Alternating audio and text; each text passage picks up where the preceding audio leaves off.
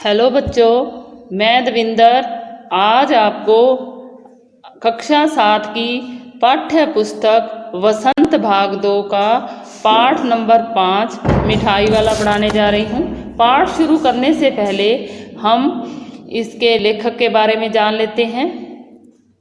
मिठाई वाले के पाठ के लेखक हैं श्री भगवती प्रसाद वाजपेयी जी। भगवती प्रसाद वाजपेयी जी का जन्म 11 अक्टूबर 1899 को ग्राम मंगलपुर कानपुर में हुआ था। वह इनका निधन 8 मई 1973 को हुआ था। ये वाजपेयी जी हिंदी साहित्य सम्मेलन के सभापति तो रहे ही थे, साथ ही फिल्मों के लेखन के लिए भी इन्होंने अपना भाग्य आजमाया था। तो इस पाठ का नाम है मिठाई वाला। आप सोच रहे होंगे कि पाठ तो मिठाई के बारे में है, लेकिन ऐसा नहीं है बच्चों। ये पाठ है जो वो एक फेरी वाले के बारे में है, जो कि जगह जगह घूमकर अपना सामान बेचते हैं। तो फेरी वाले अक्सर लोगों का ध्यान अपनी तरफ आकर्षित करने के लिए बहुत जोरदार तरीके से कुछ अच्छे अच्छे गाने गाते हैं, या कुछ अलग सा बोलते हैं, या फिर कुछ इस अंदाज से बोलते हैं कि सुनने वाले उनकी तरफ अपने आप ही आकर्षित हो जाते हैं। मिठाई वाले के माध्यम से लेखक भगवती प्रसाद वाजपेयी जी एक ऐसे प्रतिष्ठित व्यक्ति की स्थिति का चित्रण कर रहे हैं जो असमय ही अपनी पत्नी व बच्चों को खो देता है। वह कभी मिठाई, कभी खिलौने, तो कभी मुरली बेचकर क्रमशः मिठाई वाले, खिलौने वाले और मुरली वाले की भूमिका निभाता है, तथा अपने खोए हुए बच्चों व पत्नी को अन्य बच्चों व गृहिणियों में तलाश कर अपने आप को प्रसन्न रखने की कोशिश करता है। बहुत ही मीठे स्वरों के साथ वह गलियों में घूमता हुआ कहता, बच्चों को बहलाने वाला, खिलौने वाला।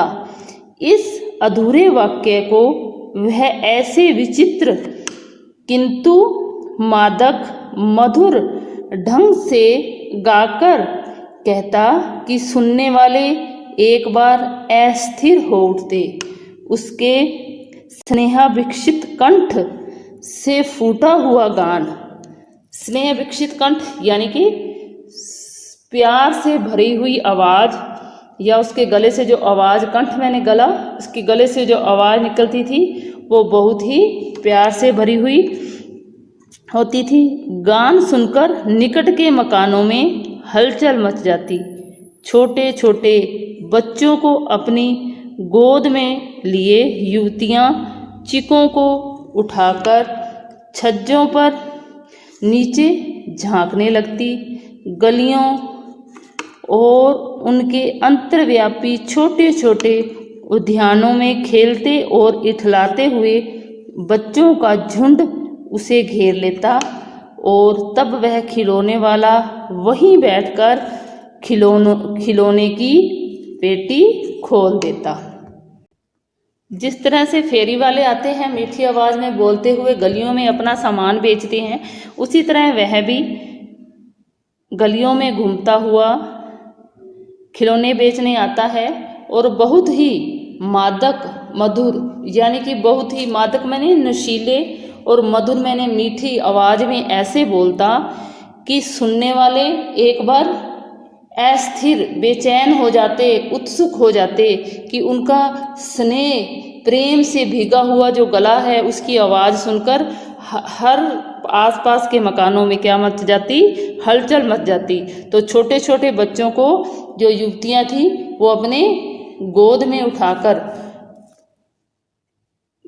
उठाकर चिकों मैंने बांस की जो तीलियों से बने हुए पर्दे होते हैं ना, उन्हें चिक बोलते हैं। तो उन छज्जों से वह क्या झांकने लगती, क्योंकि वो आवाज बच्चों को ही नहीं बड़ों को भी अपनी तरफ आकर्षित कर रही थी, क्योंकि वो बहुत ही मधुर और मीठे स्वर में बोल रहा था।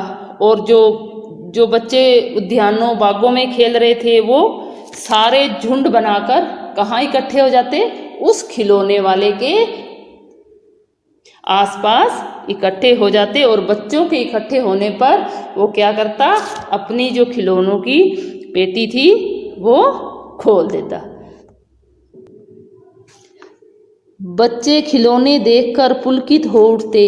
वे पैसे लाकर खिलौने का मोल भाव करने लगते। पूछते, इचका दाम क्या है? ओल इचका, ओल इचका। खिलौने वाला बच्चों को देखता और उनकी नन्ही नन्ही उंगलियों से पैसे ले लेता और बच्चों की इच्छा अनुसार उन्हें खिलौने दे देता। खिलौने लेकर फिर बच्चे उछलने कूदने लगते और तब फिर खिलौने वाला उसी प्रकार गाकर कहता, बच्चों को बहलाने वाला खिलौने वाला, सागर की हिलोर की भांति उसका यह मादक गान गली भर के मकानों में इस ओर से उस ओर तक लहराता हुआ पहुंचता और खिलौने वाला आगे बढ़ जाता। तो बच्चे जो थे वो खिलौनों को देखकर खुश हो जाते, पुलकित हो जाते, आनंद हो जाते, आनंदित हो जाते। पुलकित मैंने आनंदित हो जाते। तो वो पैसे लेके आते घर से और खिलौनों का मोल भाव करने लगते और अपनी तोतली आवाज में इसका दाम क्या है, यानी कि इसका दाम क्या है, इसका। और बच्चों खिलौने वाला क्या, उनको देखकर एक तो खिलौने वाला बहुत खुश होता क्योंकि उसे अपने बच्चों की याद आ जाती और उन्हीं को देखकर खुश हो लेता था वो, और उनकी नन्ही नन्ही उंगलियों से पैसे लेता और जो बच्चों की इच्छा अनुसार जिस बच्चे को जो खिलौना पसंद होता वह खिलौने वाला उसे वही खिलौना दे देता। और खिलौने लेकर बच्चे क्या करते, उछलने कूदने लगते और खिलौने वाला फिर उसी प्रकार अपनी आवाज में गाता कि बच्चों को बहलाने वाला खिलौने वाला, सागर की हिलोर की भांति, यानी कि जैसे सागर हिलोरे लेता है, हिलोर मैंने लहर, भांति मैंने तरह, सागर की लहर की तरह वह मादक मधुर या नशीला जो गान गाकर गली के मकानों के कभी इस ओर से उस ओर तक अपने खिलौनों को लहराता हुआ आगे बढ़ जाता। राय विजय बहादुर के बच्चे भी एक दिन खिलौने लेकर घर आए। वे दो बच्चे थे, चुन्नू और मुन्नू। चुन्नू जब खिलौने ले आया तो बोला, मेला गोला कैसा छुंदले। मुन्नू बोला, ओल देखो मेला कैसा छुंदले। तो एक दिन राय विजय बहादुर के बच्चे भी एक दिन खिलौने लेकर घर आए। वे दो बच्चे थे, चुन्नू और मुन्नू। तो दोनों ही अपने अपने खिलौने को सुंदर बताने लगे। अपनी तोतली आवाज में बोलकर बताते हैं कि मेरा घोड़ा बहुत सुंदर है, और वो मुन्नू भी बोलता है कि मेरा घोड़ा भी बहुत सुंदर है। दोनों अपने हाथी घोड़े लेकर घर भर में उछलने लगे। इन बच्चों की माँ रोहिणी कुछ देर तक खड़े खड़े उनका खेल निरखती रही, यानी कि उनके खेल को देखती रही। अंत में दोनों बच्चों को बुलाकर उसने पूछा, अरे ओ चुन्नू मुन्नू, ये खिलौने तुमने कितने में लिए हैं? मुन्नू बोला, 2 पैसे में खिलौने वाला दे गया है। रोहिणी सोचने लगी, इतने सस्ते कैसे दे गया है, कैसे दे गया है, यह तो वही जाने, लेकिन दे तो गया ही है, इतना तो निश्चय है। तो जब चुन्नू और मुन्नू अपने हाथी और घोड़े लेकर घर भर में उछलने लगे, खेलने लगे, तो जो उनकी माँ थी जिसका नाम रोहिणी था, वो बहुत देर तक, मतलब कुछ देर तक खड़े खड़े उनका खेल को देखती रही कि कैसे मेरे बच्चे खेल रहे हैं। और फिर उसने क्या किया, दोनों बच्चों को बुलाकर और पूछा, अरे चुन्नू मुन्नू, कितने में लिए हैं कि इन खिलौनों का क्या भाव है, क्या रेट है, कितने में तूने लिए हैं। तो मुन्नू बोलता है कि 2 पैसे में लिए हैं, कि खिलौने वाला हमें 2 पैसे में दे गया है। तो वो रोहिणी क्या हुआ, उनकी माँ जो वो बहुत सोचने लगी कि इतने सस्ते कैसे दे गया, लेकिन यह तो वही जानता है कि वो खिलौनों को दे तो गया है, लेकिन इतना तो निश्चय है कि दे तो गया, इतना तो पता है कि वो दे गया, लेकिन पता नहीं इतने सस्ते क्यों दे गया। वह इस बात को सोचने लगी।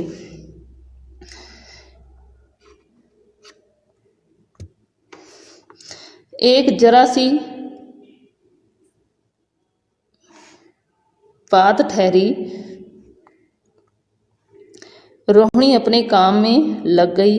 फिर कभी उसे इस पर विचार करने की आवश्यकता भी भला क्यों पड़ती। जब वो चुन्नू मुन्नू खिलौने लेकर आए और खेल रहे थे और उसने पूछा, तो उन्होंने जब बताया कि 2 पैसे में मिले हैं, तो एक बार तो उसने लगा कि ये सस्ते हैं, लेकिन थोड़ी देर वो इस बात को उसने सोचा, फिर वो अपने काम में लग गई। फिर उसे कभी इस पर विचार करने की आवश्यकता ही नहीं पड़ी कि ये सस्ते क्यों दे गया या इतने सस्ते कैसे मिले। फिर उसने कभी इस बात पर नहीं सोचा। किसने? रोहिणी ने। 6 महीने बाद नगर भर में 2-4 दिनों से एक मुरली वाले के आने का समाचार फैल गया। लोग कहने लगे, भाई वाह, मुरली बजाने में वह एक ही उस्ताद है। मुरली बजाकर, गाना सुनाकर वह मुरली बेचता भी है, सो भी 2-2 पैसे में। भला इसमें उसे क्या मिलता होगा? मेहनत भी तो न आती होगी।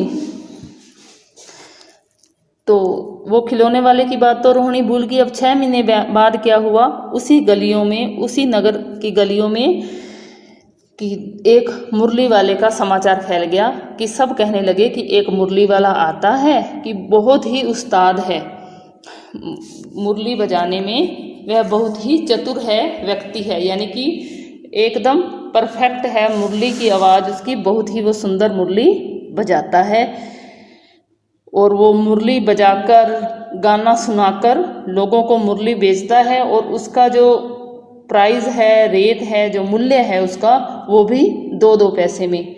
और लोग सोचते हैं, कई लोग सोचते हैं कि उस 2-2 पैसे में उसे पता नहीं क्या मिलता होगा, और लगता है जैसे उसकी मेहनत भी वापस नहीं मिलती होगी, भी इतनी सस्ती वो मुरली बेच रहा है।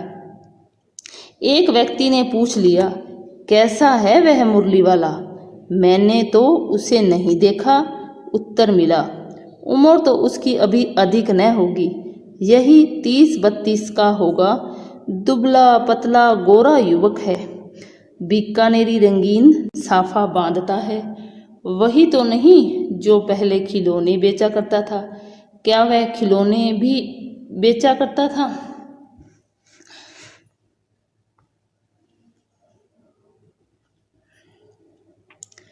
तो एक व्यक्ति ने पूछ ही लिया कि वह मुरली वाला कैसा है, कि मैंने तो नहीं दिखा। तो दूसरे ने जवाब मिला, या दूसरे जिससे उसने पूछा था उसने उत्तर दिया कि ज़्यादा उम्र तो नहीं है।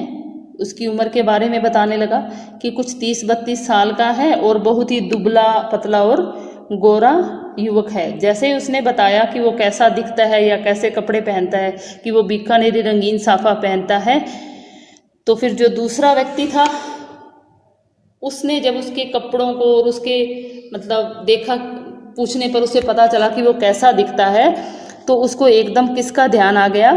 खिलौने वाले का। उसे लगा कि कहीं वह खिलौने वाला तो नहीं जो पहले खिलौने बेचा करता था और अब वह मुरली बेचने लगा।